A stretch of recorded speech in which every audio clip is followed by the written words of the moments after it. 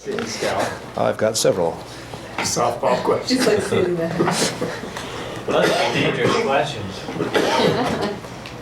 He's got an insider. He knows a little bit. All right, President, I forgot last it all. Friday.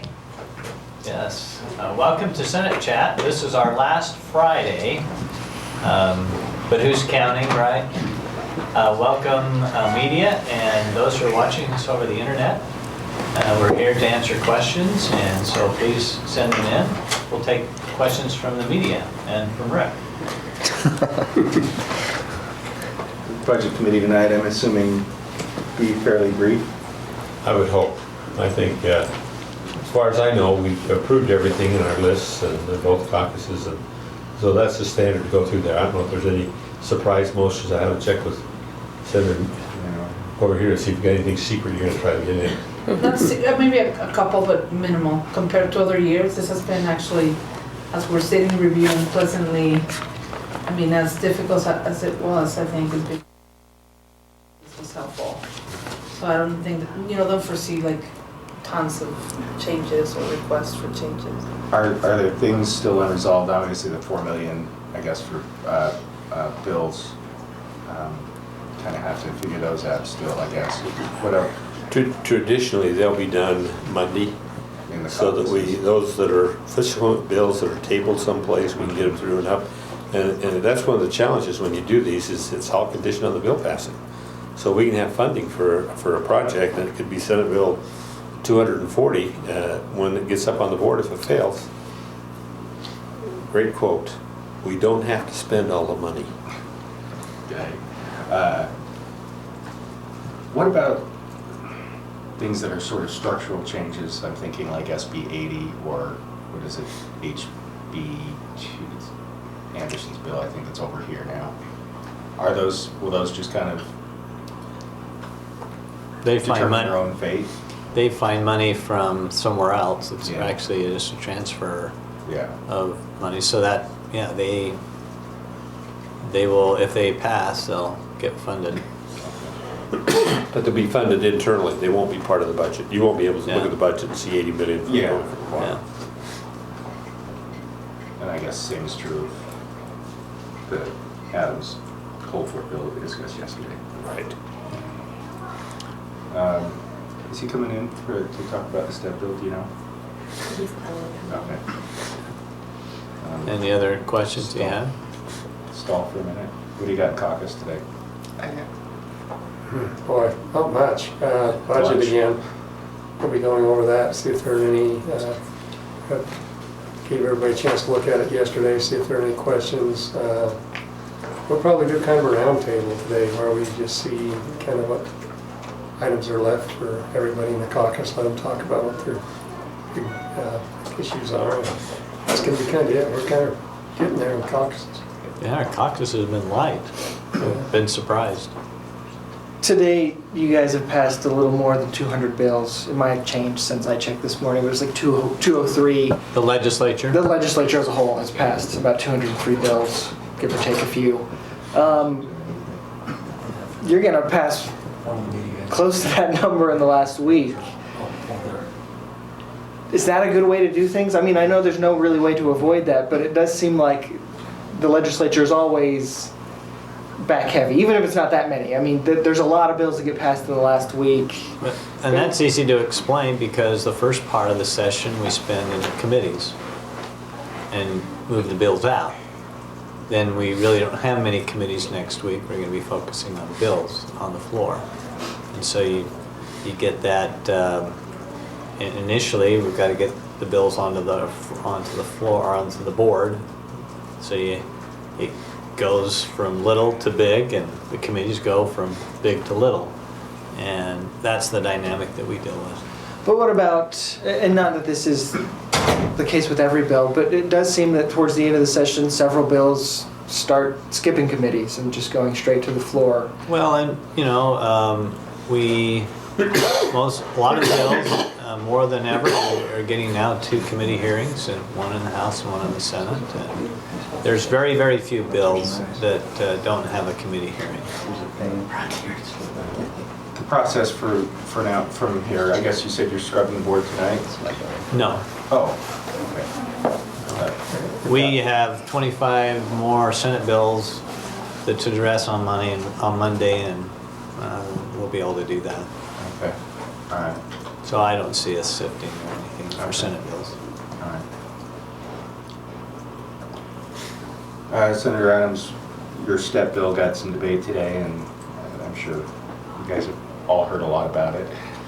Yeah, I was really happy with the debate. Sometimes we pass things without a good debate, and that was very, very healthy, and I thought it was a great debate. Can you kind of talk about the criticisms of it are kind of twofold. One, that it would damage the solar industry because it gets rid of the solar, basically subsidy for rooftop solar, and the other is that it is going to be a rate hike because of this allowing to pay for other projects out of the rates, and also getting rid of the balanced fund. EBA. EBA. So, yeah, I really would like to talk about that because I believe some of that seems to be hearsay.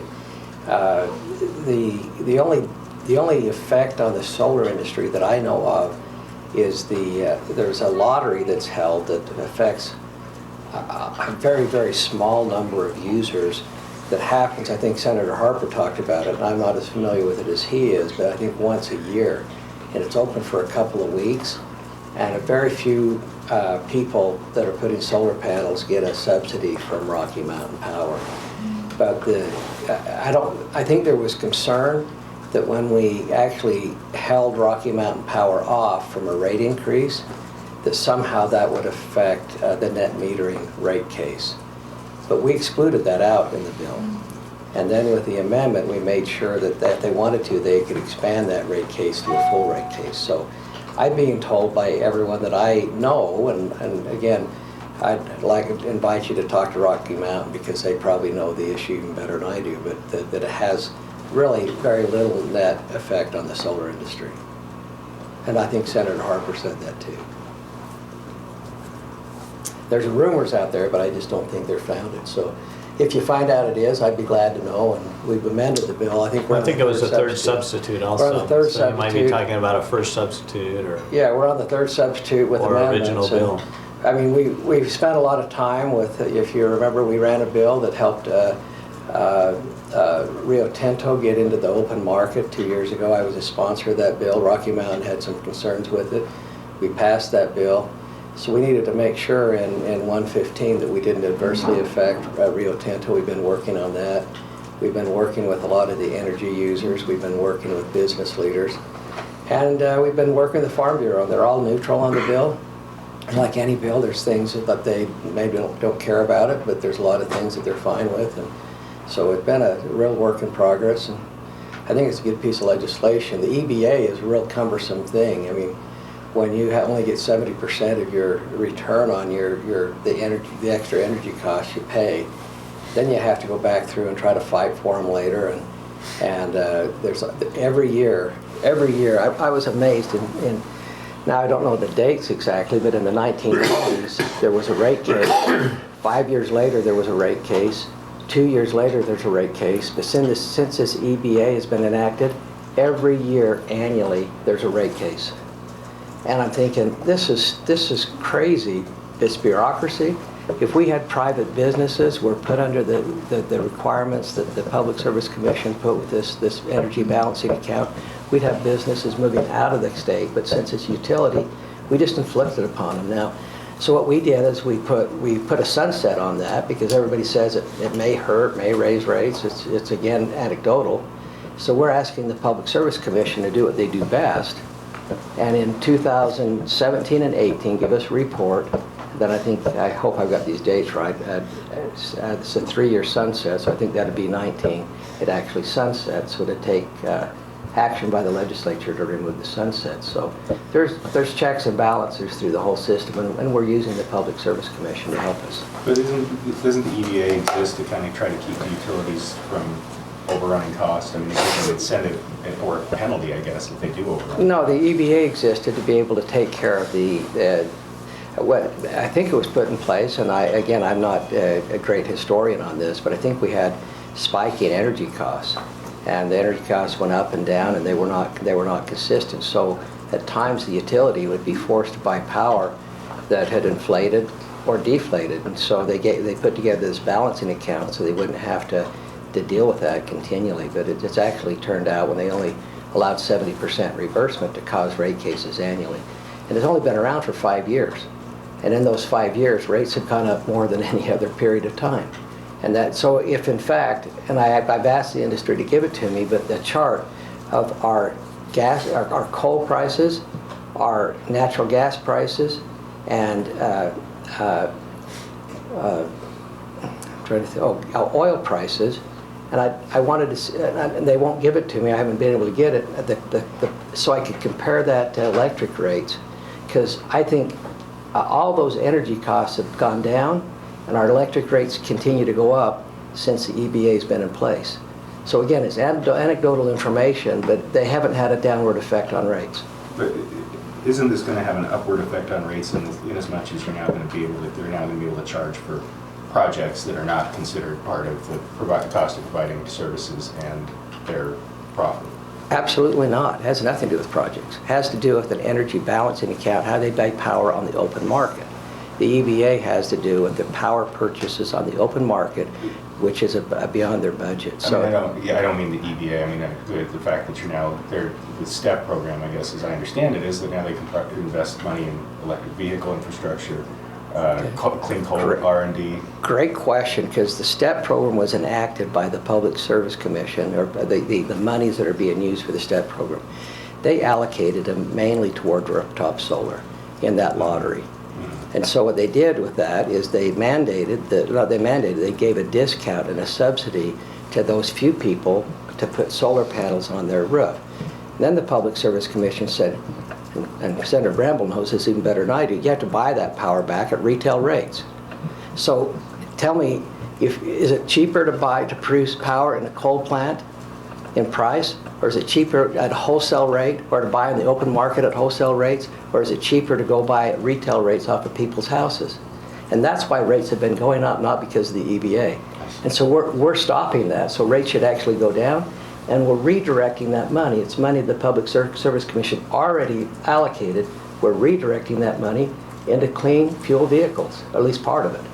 And if we want to clean up our air like everybody wants, solar panels have little to do with cleaning up our air, but vehicles we know do. And so that is a policy call the legislature should deal with, not the Public Service Commission. They're making policy calls that we ought to be making. And now I'm getting down in the weeds, but it does say... I'll go down there, I love it. So go ahead. I mean, line 430 of the bill, it says on December 31st, 2016, the Commission shall end the Utah Solar Incentive Program and surcharge tariff, and the large-scale electric utilities shall stop accepting applications for solar incentive program incentives. Okay, so again, it redirects that solar incentive and puts it into clean vehicles. But the other thing it does too, we have companies like eBay and other high-tech companies, they want green energy. And we haven't been able to deliver in an efficient way and actually account for that green energy going to these companies that want to locate in Utah. So this bill, and I didn't spend a lot of time on it, but one of the great things of this bill is it allows those companies to be able to buy green energy and pay the actual cost of that green energy. That's in a tariff.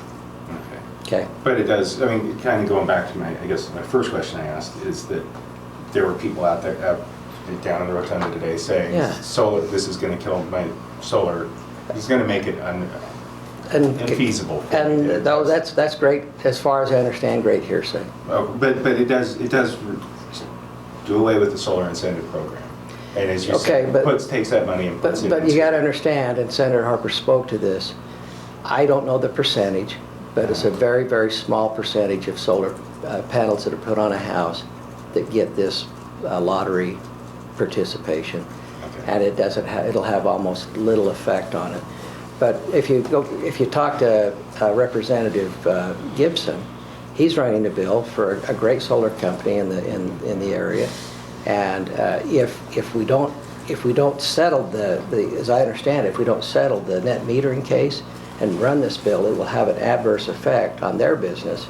So actually, SB 115, I think, from what I've heard, and you talk to him and talk to the company, but they actually are are fine with 115. And they're one of the bigger solar providers around, or will be. Yeah. So to go talk to them and let them speak to it, because they're very familiar with it, and I don't want to speak for them. Okay. Any other questions? We got Senator Bramble here today. Good to Yes. have you with us. Senator Bramble, since you're sitting there, would you mind? This is why I'm sitting here. Would you mind just kind of talking me through the intent and purpose of the time certain bill, the anesthesia after 20 weeks abortion bill? Yeah, it's a fundamental premise of society is we protect the least capable to protect themselves, the most vulnerable among us. And I was asked about a year ago to run a bill that would prohibit abortions after the stage of development where an unborn child reacts to pain, where they would feel pain, if you will.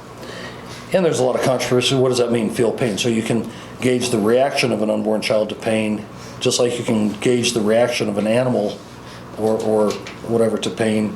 But the premise was to prohibit abortions after the stage of development where a child would feel pain. This was modeled after a bill that actually passed the United States House of Representatives in 2015 called the Unborn Child Pain Protection Act. That wasn't taken up by the U.S. Senate.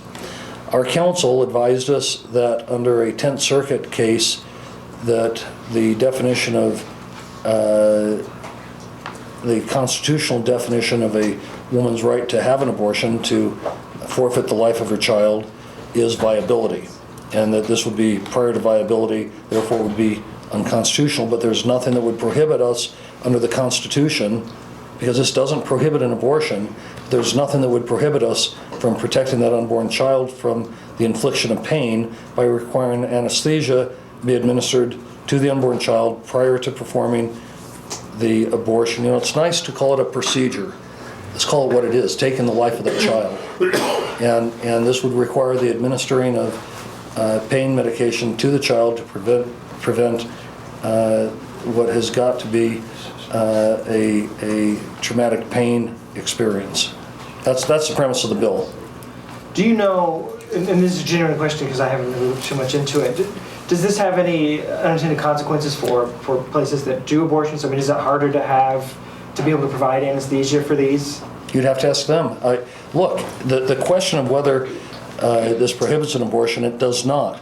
But these are elective abortions because there's already a prohibition, or excuse me, an exception in existing law for late-term abortions based on the life endangerment of the mother. The fatal fetal deformity is in rule, but there are exceptions even for late-term abortion.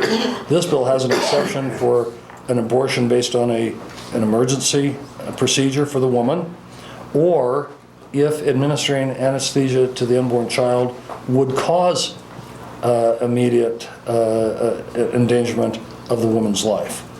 But the question about, is it convenient? Does it cost more?